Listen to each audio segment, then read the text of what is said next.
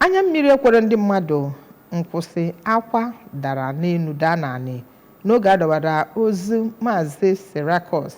Okpalaozigbo ka wee nwee ike inie na Ebele Village Achina kansụl ime obodo Agụata. Akara ụka kpee ekpere dịka ụka Katọlik si eme wee nie ya. Ka anyị sonye wetara gị ka anya bụ mmemme si wee gaa.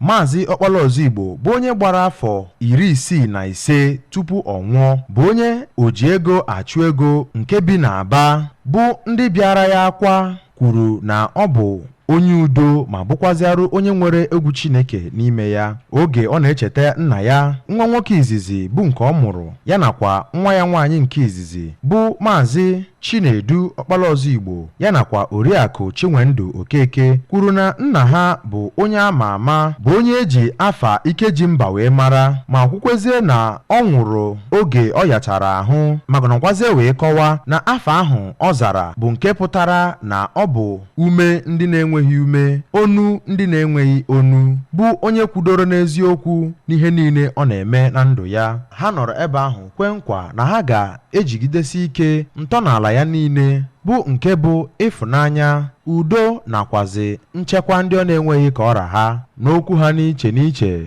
ndị Board of Management nke ụlọọrụ Anambra Broadcasting Service Ọka, bụ onye nọ n'isi ndu ha bụ onye Managing Director Sachido Obidiegwu, bụ onye nọchitere anya ya bụ onye Director Engineering Department nọchitere anya ya bụ Injinia Paul Okoye, nọrọ ebe ahụ wee kwupụta ụdịrị ndụ nwa amadi ahụ nwụrụ anwụ biri dịka ndụ udo, ma kwezie na ọ bụ ofu ndụ ahụ ka nwa ya nwoke bụ Kelechi Okpalaozigbo na-esonye, ma kpekwezi ekpere ka Chineke nye ha ume iji wee nagide ụdị ha dakwasịrị ha. N'oge ọ na-ekene mmadụ niile bịara itinye aka n'obi, Maazị Kelechi kenere mmadụ niile bịara ebe ahụ n'itinye aka n'obi ya nakwa ịkwado ha, ma kpekwezi ekpere ka Chineke gọzie ha nakwa kwụghachi ha mmaji pụrụ mmaji.